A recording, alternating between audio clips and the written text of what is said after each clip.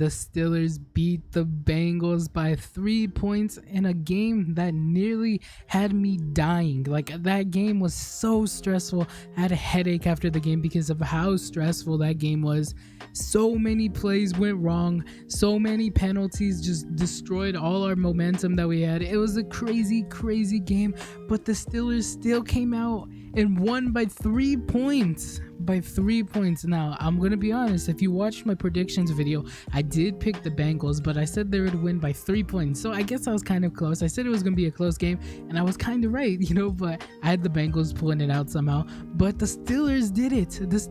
In a game that almost ended in a tie. Like, what a crazy week 1 game. I want to say it was a good week 1 game, but it was so stressful. I'll say it was a good one because we won. If we didn't win, it would have been awful. I don't even know if I would have been recording this video because I would have been so down bad. I would have been so sad if we lost that game, but we somehow pulled it out.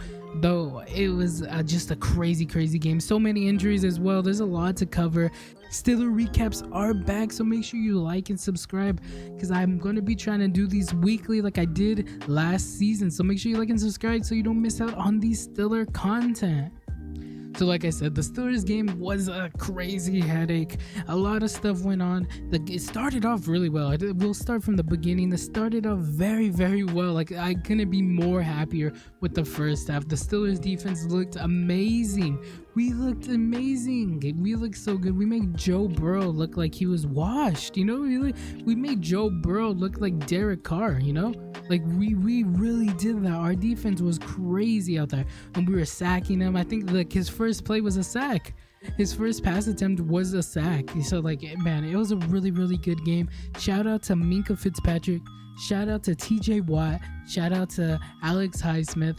Shout out to Cameron Sutton, and shout out to Cameron Hayward. All those guys really, really stepped up on their defense. They made really good plays. They made key plays for us. It sucks that TJ Watt is looking like he's gonna be hurt. He stood out so much this game. He was looking like defensive player of the year. This was it, he was doing it, It's man, it just sucks that he got injured in the fourth quarter. I can think it was seconds. I think he got injured with 16 seconds left. He injured his pec, and now he's getting an MRI on Monday. So we'll see what that is all about. We will see. Hopefully it's nothing. He is from the Watt family. So the Watt family is kind of psychopath. So maybe he'll be back by the end of the season. Hopefully, if we have something to play for at the end of the season. But we're just hoping hopefully it's not a pec injury, and maybe it's just something else, and he's able to come back a lot sooner. But regardless, Watt is injured for the foreseeable future, but he did look really good for us, and our defense really did step up when he went out, because like I said, we had the whole overtime. Overtime was such a crazy part. Minkah Fitzpatrick really stepped up in overtime. He had the blocked punt. The blocked field goal. That was crazy, And there's a lot of plays that and even before overtime, just a lot of penalties that were, in my opinion, were kind of 50-50. I don't think it should have been called against us. And but he still, there was a couple penalties on him that were just kind of it was pass interference and stuff that was unnecessary roughness and stuff. And it was just kind of I don't know if you call that right there in the fourth quarter with that seconds left. You don't just call something so wishy-washy, I guess you can say. But he still, he didn't let it get to him, and he still made plays with the blocked field goal.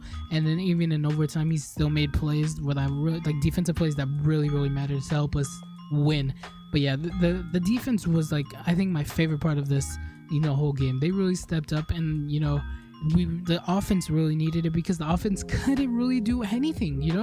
I have Mitchell Trubisky's stats up here. He went 21 for 38 with 194 yards and 1 touchdown, no interceptions.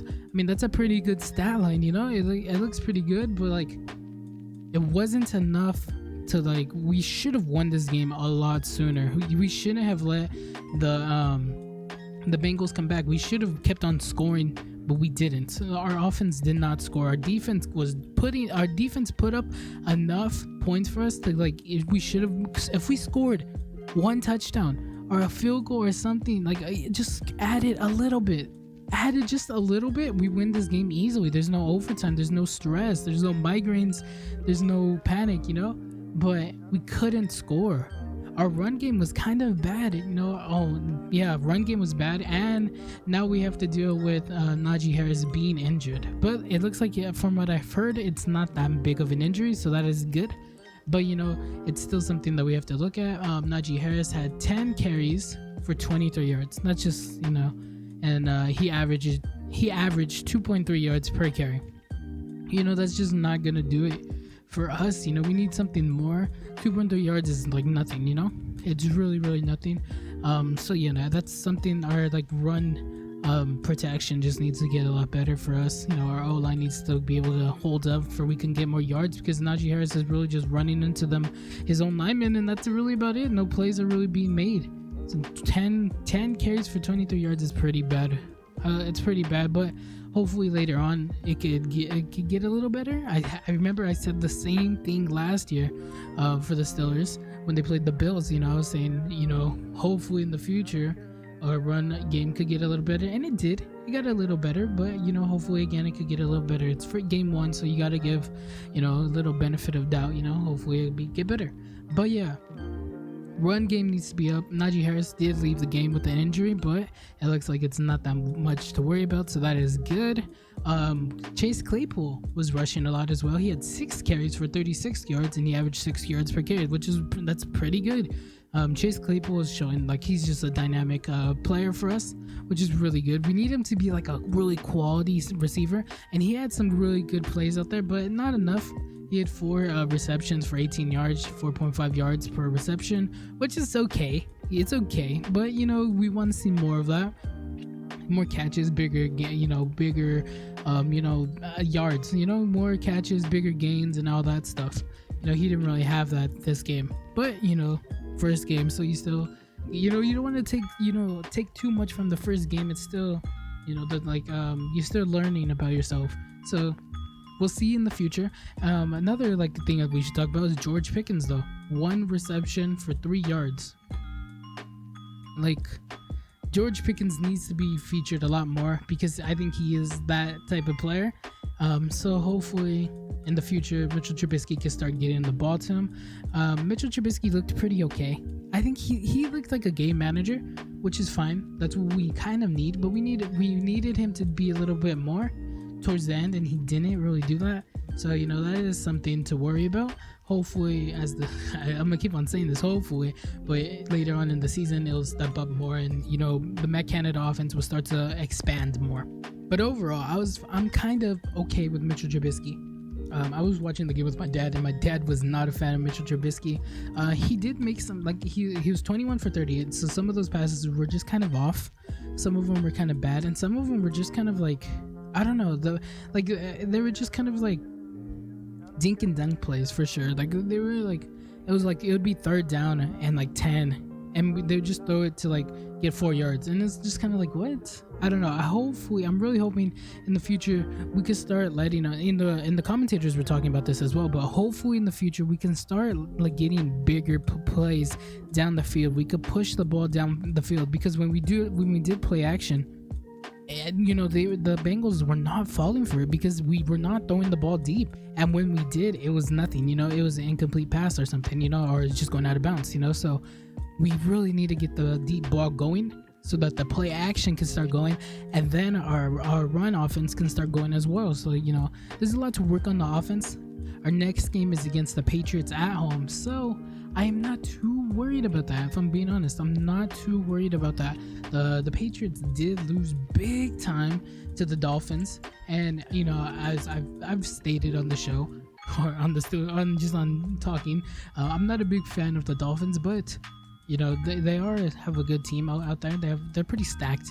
The Patriots lost 7-21, so it's something that I'm not I think that we're not. I wouldn't say the Steelers are on par with the Dolphins, but I still think that we could put up numbers like the Dolphins. So I'm gonna say we could probably win something similar to that, because the Dolphins, the Patriots don't really have much going on, so the Steelers have a chance to win this game. So I think this is a winnable game next week, and we'll see from there what the Steelers are on. I think the next couple games are pretty, I would say, kind of easy. That we get the Steelers, we got the Patriots, and then we get the Browns, which is those games are, I think, going to be kind of key.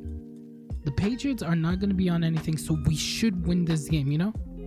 Us winning against the Bengals was pretty good, but it could just be rust for the Bengals. They did not play in the preseason, so I guess you can give them that excuse, but still, it is the Bengals. So us going into overtime and winning the game is still, it's a great win for us. It's a really, really, really great win for us. So if we can win at home against the Patriots, we should win this game. So I think if we can win this game and then win against the Browns, which is another game we should win, I think we're going to start treading into some really good territory where we can win a lot more games.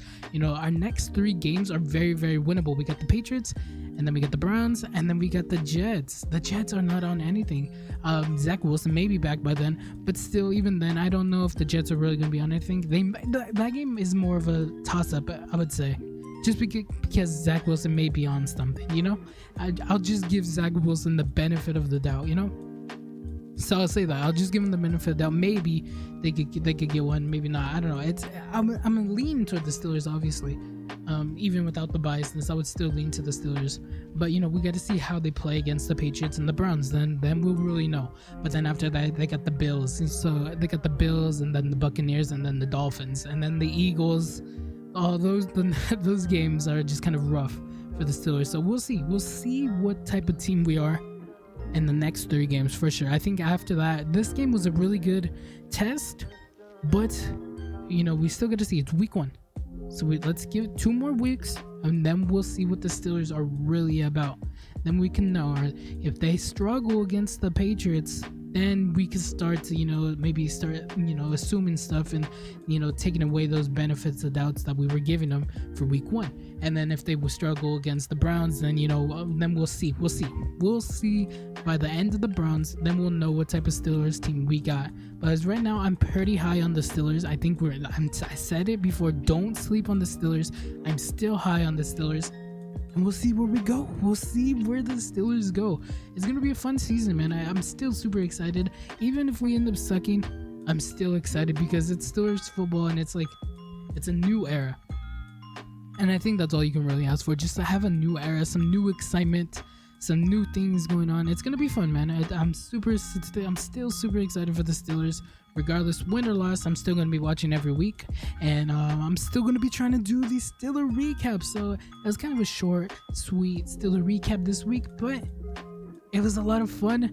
If you're a Steeler fan, this game was a lot of stress. There's some good moments, there's some bad moments, and there's still some moments that we really gotta see, So yeah, leave a like on this video if you want to see more Steeler content. Like I said, I'm gonna be trying to do it every week.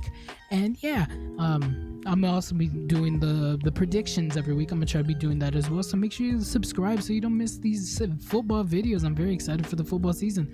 So yeah, that's gonna be it for this Steelers recap though. Leave a comment down below how you feel about the Steelers. If you're a Steelers fan or not a Steelers fan, what's your perception of us? I'm still high on us, so maybe you're not though. So tell me what you think. Anyways, I hope to catch you on the next one. Thanks for watching. Goodbye.